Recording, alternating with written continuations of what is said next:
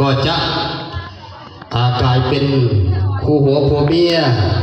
ที่ถูกต้องตามระเบียบกฎหมายตามมีความประเพณีอย่างแท้จริงณโอกาสอันสง่าราศีนี้ข้าพเจ้าขออนุญาตนำเอาพรใส่อันประเสริฐจากอ้อมอกอันอบอุ่นของบรรดาทานเพื่อมอบให้ผู้สร้างครอบครัวใหม่ขอให้เป็นผู้สร้างครอบครัวใหม่จงมีแต่ความสุข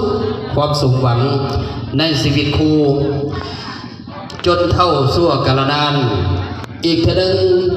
พวกข้าพเจ้าขอแสดงความผู้บุญคุณอย่างล้นเหลือจากบรรดาท่านแขกที่มีเกียรติที่สละเวลาอันมีคุณค่ามาร่วมเป็นสักขีพยานในครั้งนี้ด้วย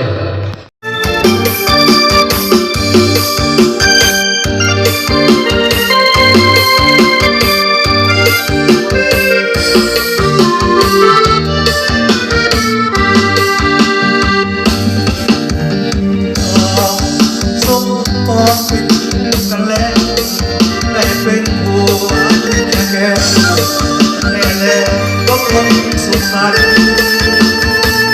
วันมองจิตใจใกล้วันเดียวกันไว้ฝันทั้งวันที่ว่าพอแค่นั้น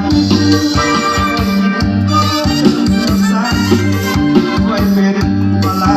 ทุกอย่างให้สมน้ำตา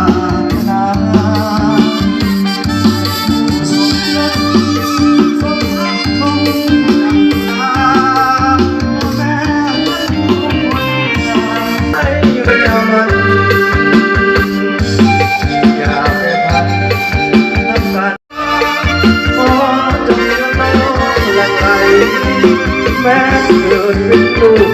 ชายให้เลิศด้วยปัญญา